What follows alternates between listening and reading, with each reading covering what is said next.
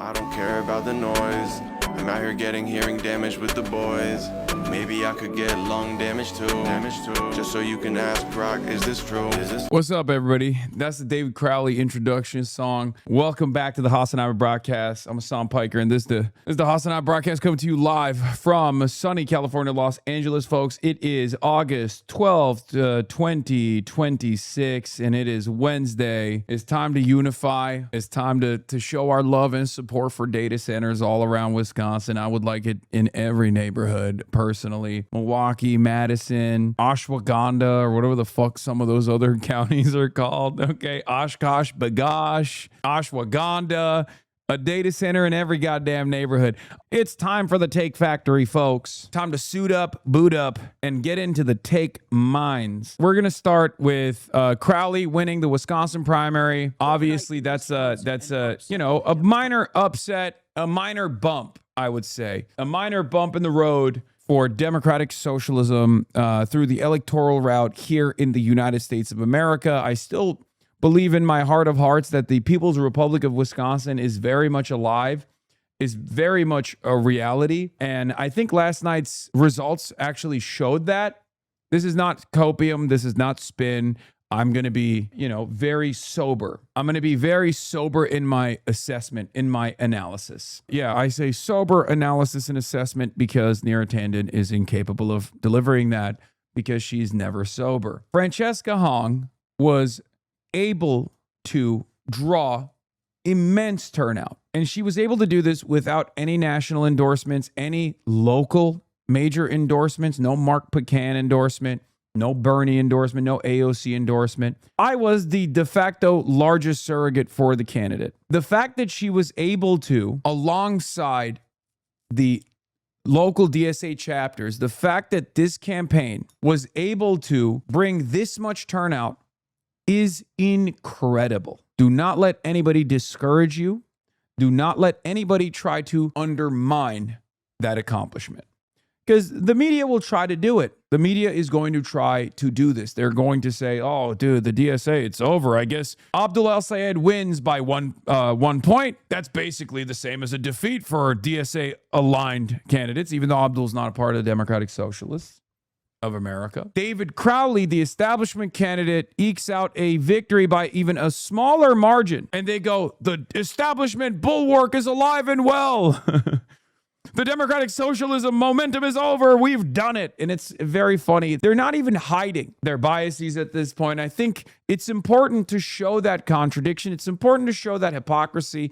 It's important to stress how much these guys are biased in the direction of establishment candidates. I'm sorry. There are a lot of people that get consulting gigs with these corporate lobbies that then also moonlight as commentators on CNN, MS Now, that spend less time doing real journalism and more time backseat quarterbacking, specifically at the behest of the corporate influence, right? Here it is. Politico. Progressives didn't get the big election night they wanted. The razor-thin margin only deepens divisions over the future of the Democratic Party. The far left hits a wall. The movement had been riding high off a string of primary victories this cycle, but FRANCESCA HONG's loss Wednesday led to an immediate round of finger pointing. It's very obvious what's going on. I hope people see it. I think people have the capacity to see through it, but there are obviously very important factors in this race that must be addressed. Let's just break it down piece by piece. First of all, so many roses, so many flowers must be delivered to the Wisconsin DSA chapters. You guys did the damn thing.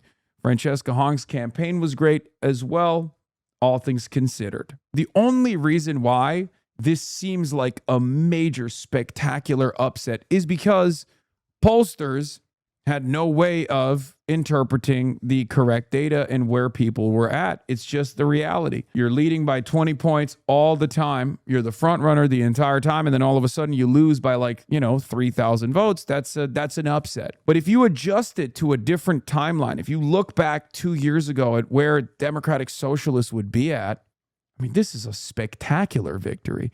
This is a spectacular movement. The very fact that we are capable of launching the candidacies and the campaigns of people who were state legislators that had no name recognition whatsoever, and be competitive and draw historic record turnout in a statewide swing state gubernatorial run, that is immense. That is impossible to ignore or impossible to discount. To be able to do that without national prog endorsements, it's all the better. So remember, when people try to discourage you in this moment, be like, okay, sure. Okay. It seems like you're very mad for some reason. For something that is utterly immaterial, you seem very upset.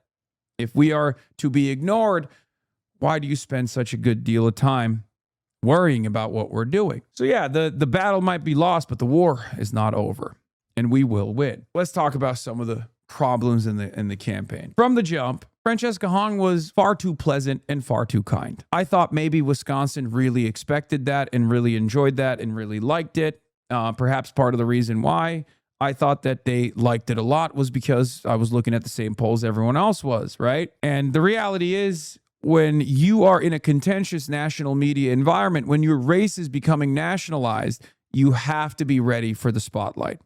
The lights can't get too bright. And unfortunately for Francesca, her responses left a lot to be desired, left a lot on the table. The Thanksgiving gate and all this stuff, they were utterly immaterial in the grand scheme of things, especially when weighed against the power of the Tony Evers endorsement, which was far more consequential than the Gretchen Whitmer endorsement in the Michigan race, and the consolidation of support amongst establishment Democrats. But the earned media that was genuinely negative up and down every TV station for the primary electorate that is still singularly focused on the electability narratives, it hurt. It certainly hurt. But the only reason why it did is because there was no adequate jujitsu. There was no moment of reframing the conversation. I do truly believe that if Francesca Hong, this is a coulda, woulda, shoulda moment, but I do believe that if her comms were a little bit tighter and she turned around and said, look, I love Thanksgiving. You know who's canceling Thanksgiving this year? Donald Trump. You know who loves Donald Trump? Tom Tiffany. That's what we're trying to fix here. The affordability crisis is what's canceling Thanksgiving. That moment, if she was capable of taking the national attention and flipping it back to the issues, that probably would have helped her out, because we're talking about very slim margins here. You got to take every attack, every moment in the spotlight, and be able to turn it back to your policies, back to what you believe in. And unfortunately, she wasn't able to do that. Now, the bigger issue, I would say, is the fundraiser problem. The campaign had money, but they didn't have damn near enough money to run linear TV ads. I myself have talked about the importance of linear TV ads. It is important, but a part of the reason why they weren't capable of purchasing linear TV ads is because it's very expensive. There's no outside expenditures coming into the race. There's no $3 million being dumped into TV ad expenditure from an outside spender like David Crowley got. And we know it's true. We know that not running linear television ads is a major issue. It's a major issue because we saw Francesca Hong perform in rural markets where some of the rural districts, the counties that were not in the Wisconsin television market, actually went to Francesca Hong. Those are the markets where Crowley's team did not spend any money on linear TV. But I do think, all things considered, I do think that a lot of people are making much more hay over the way that she communicated herself on Thanksgiving Gate.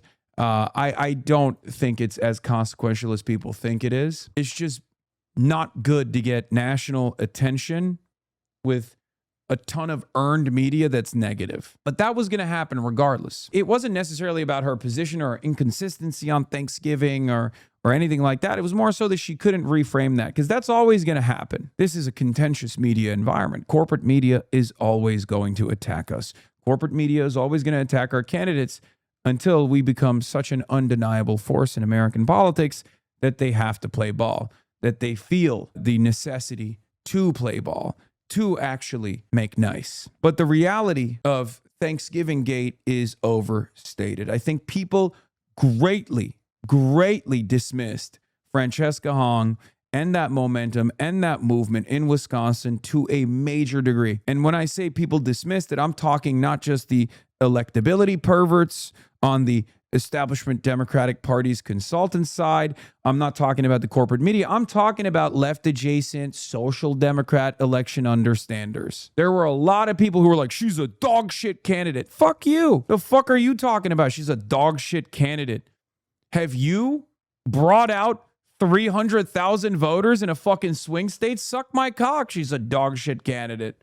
The fuck have you done? 300,000 votes with no national endorsement? She's a dog shit candidate? Who the fuck are you? Seriously. I was very frustrated with a lot of like DSA, even DSA affiliated people, even DSA accounts on the timeline getting baited by the media narrative. Now, one point that I will make on, and this dovetails into woke one, woke two discourse. A lot of people who think they are critical of corporate media and the way certain things get covered were baited all the same. Why were they so baited? Why did they get their notes from the Caitlin Collins interview? Is that the appropriate way to frame an issue? If you are with this movement, is that the appropriate way to analyze and interpret? You think our candidates are not going to get fucking attacked?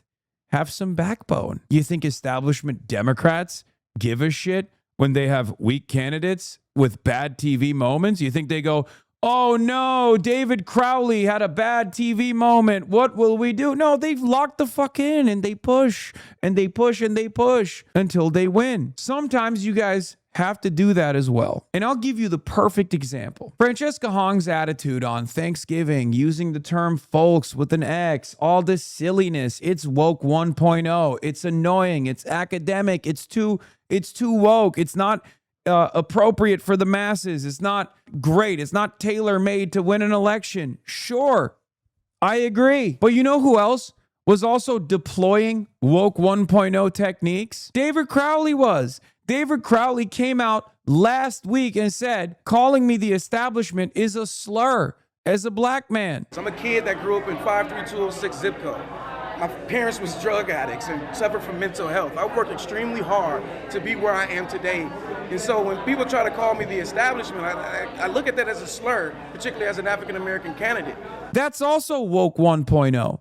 Did anybody fucking bring that up? Did anybody talk about it? Did many of you hear that? Maybe some of you in this community did because I covered it. But did CNN bring that up? Is that not also woke 1.0? And he did that last week. FRANCESCA Hong's tweets are from 2020. What did we cover? What did we talk about extensively? Here's the problem. People who think they're above being sheep still behave in sheep-like ways.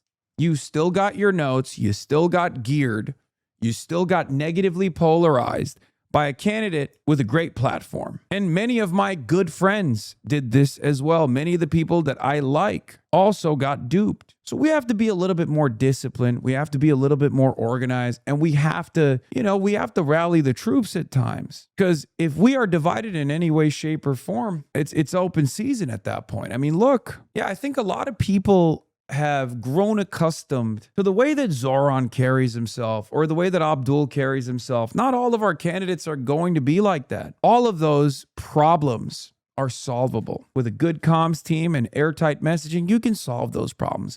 FRANCESCA, unfortunately, got cooked a little bit on that aspect. If I were to rank what the top force here was, it was Tony Evers. A very popular governor. Tony Evers knows ball. Establishment Democrats know ball. They know their voters. They know how they can whip them back into shape. We must not grow accustomed to success because of the sequence of victories that we have been able to eke out. It is good for them to underestimate us. It is not good for us to underestimate them. There's a reason why the establishment is the established center of power, because the electability argument in the primaries and the harm reduction argument in the general is certainly successful enough to ensure that the Democrats continue winning against the Republicans and certainly against their left flank at times. How can the electability argument flip on the establishment when you got respectable national backers who have won their races? This is where AOC comes in. This is where Bernie Sanders comes in. Now, I don't fault them for staying out of it. I wish they didn't. They made their own calculations. They look at it as a governor's race. It's not as significant to build caucus. But the electability argument can flip on its head when you have Bernie Sanders endorsing you. It's not the end all be all. It's a coalition of different forces coming together and consolidating their support for a particular candidate. But that is what it is. Because I am not going to be able to instill confidence in the necessary demographics that the candidate I'm backing is electable.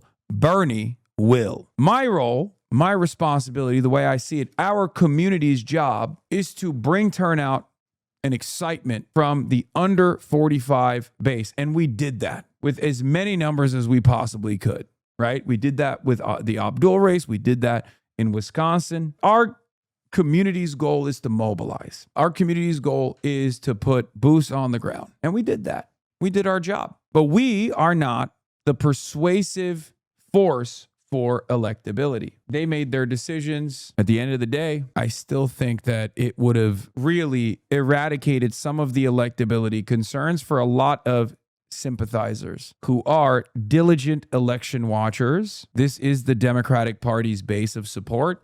There are a lot of people who love candidates, love policies, and will refuse to vote for them because they think these candidates are simply not electable because they heard on TV that they're not electable. That's exactly what happened. We are Charlie Kirk. We carry the flame. We'll fight for the gospel. We'll honor his name. We are Charlie Kirk. His courage on. Together unbroken. We'll make heaven known.